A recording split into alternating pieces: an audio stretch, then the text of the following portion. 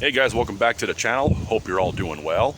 So we're having some pretty good weather here in southern Colorado, so I decided to play with the kayak a little bit and mess with the setup. So I'll give you guys a quick little walkthrough.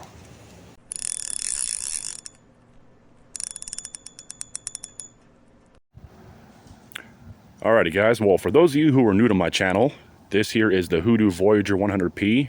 It is a 10-foot 3-inch long kayak, 34 inches wide, very stable. I could stand up on it, jump up and down. And for the record, I'm 6'3", 180 pounds. So we're going to do a real quick walkthrough front to back, and then I'll go over some of the accessories I've added. So you got a front carry handle here, which is pretty comfortable. It's got a front storage hatch, which I can't open. The lid kind of hits the drive there when the drive's in the stowed position. But inside here, you've got a nice bag here. You can carry some belongings. Now, I wouldn't call this a waterproof hatch, even though I haven't got any water in it yet, so that's still up for debate. You can remove this bag here, and then you have full access to the hull. And I could personally fit both of these 7-foot rods inside the hull of the kayak here. Duck under here. Okay, moving on. Here's the drive unit. It attaches to the hull just kind of like a native watercraft. I think this drive is a direct copy of the native watercraft's Propel. I'm not 100% sure. But real smooth drive.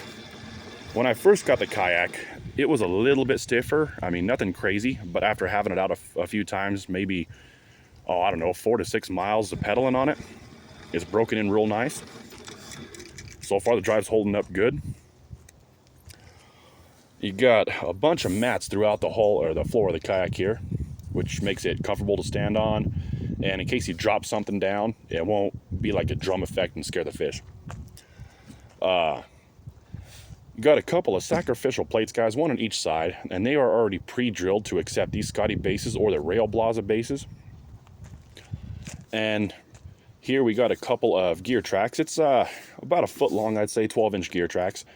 And from the factory, it does come with these inserts here. I believe these are M6 bolts. Or if you already have something to attach to the gear track, you could pop off that little end cap and that little T-bolt will slide right in. Couple of stiff carry handles on each side of the kayak. Here's your rudder steering control here. And on the other side, which is one of my favorite features of this kayak, is this forward-facing rod holder. So if you have to unhook a fish or retie a rig, you just stick that rod right in the rod holder there and you have it out of your way. Couple of rear-facing rod holders. Now I have this camping tote back here for now, but I'm pretty sure I'm gonna head out and buy a large crate, excuse me, a large crate for to carry my gear in. And as of right now, and this is probably gonna change, I have a couple pieces of 2x4 to kind of hold the bottom up over this raised kayak hatch back here. Back here we have a cooler. Now this is either going to be for food and drinks or for cut bait. Just depends what kind of style of fishing I'm doing that day. Here we got a little drain plug. Open that up and you can get rid of any water you may get in your hull. Now after having this kayak out a few times, I've had very little water in the hull, and I even had waves crashing up over the front of the kayak. So no issues with water intrusion yet. Rear carry handle. And got a little paddle park here, or paddle holder. Now, I'm not a huge fan of this style, the corded style here. Either one of two things I'm gonna do, and I haven't decided yet.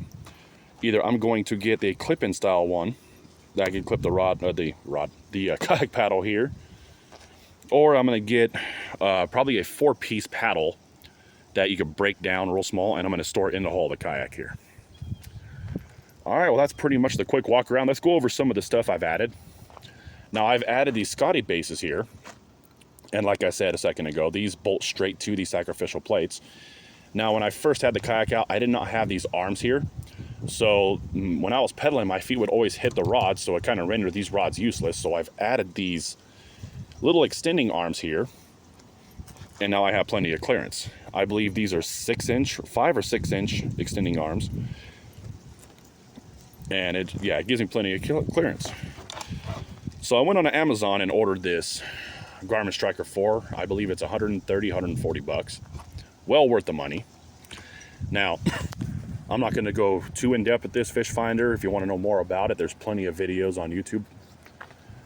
But you have your water temperature here. Right below that, we got your speed in miles per hour, which is a nice feature. So if I'm trolling lures and I want to stay below 2 miles an hour, or if I'm drifting cut bait, which I plan on doing, I'll know my speed. If I'm going too fast, if the current's too fast, the wind, you get the drift here.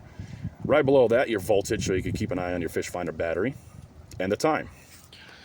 And the battery I'm using on this is a little bit overkill. It is a 12 amp hour battery, and I'm only using it because I've already had it, but you could get one as small as a 5 or a 6 amp hour for these small graphs, and it should last you all day. And by the way, guys, I'm going to link everything here in a description below on Amazon. So I do have an affiliate program, so if you decide to get one of these, you could help my channel out, maybe make me a little bit of coin. All right, so the fish finder here is bolted onto this universal base here. It's a Scotty base. And that base connects in here to the transducer mount. And that's all on the track here. So, I mean, I don't know why the transducer cable, well, I know why, you know, for longer boats, but this transducer cable is probably 100 foot long. I'm exaggerating, obviously. So I wrapped it up real nice, put some zip ties around it, and that just sits here below the base. Now, I like this transducer boom arm. If I loosen this little thumb screw here, and let's say, you know, I'm launching the boat or I'm returning, pop that boom up, tighten it down, stays up and out of the way.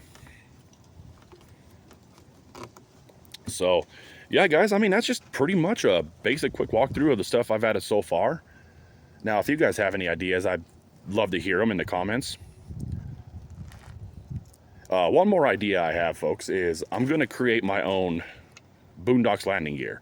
Now, the reason I'm going to do that is I've looked at plenty of kayak carts on Amazon, and none of them that I found on there really fits what I want. So here's, and this is just a quick little idea. I sometimes can't put what I'm thinking out into words, so I hope you guys get this. So anyways, I'm going to take some PVC and run it across here and attach it with either reusable zip ties or hose clamps here, okay? Now it's going to be a big square. It's going to come out, go this way here, go across between where the seat and the rod holders are, come back the same way and back around. And up here is going to be where the axle comes through, and a couple of wheels will be attached. Now how this is going to work, and I'm going to do my best to explain this, is the rods will have to come out of the rod holder. We'll grab the PVC. Now it's going to be on a hinge type deal back here, okay, attached to the rear handle. You'll grab the PVC, pick it way up, it's going to come around, okay, and while I'm standing back here on the kayak, I'll be able to have both my hands on the PVC back here, pick up about, I don't know, 2-3 foot, then those wheels and that PVC will slide right under the kayak, set it down, and voila, we have a cart. And when I get to the water, I mean, do the reverse order, pick the kayak up, wheels swing will swing down, put them up and around. And by building it that way, I will still retain all my tank wheel space. I will not have to find a place to put the kayak cart at all. It will always be with the kayak, and it would be removable, hence either the zip ties or the hose clamps. So in case either I get into the kayak or if I want to use it for anything else, I have that. Alrighty guys, thanks for taking time to watch the video. That was just a quick little walkthrough. Nothing in depth because, you know, like all kayak fishermen, their setups are always subject to change. So again, thanks for stopping by, guys. Thanks for watching, and we'll see you on the next one.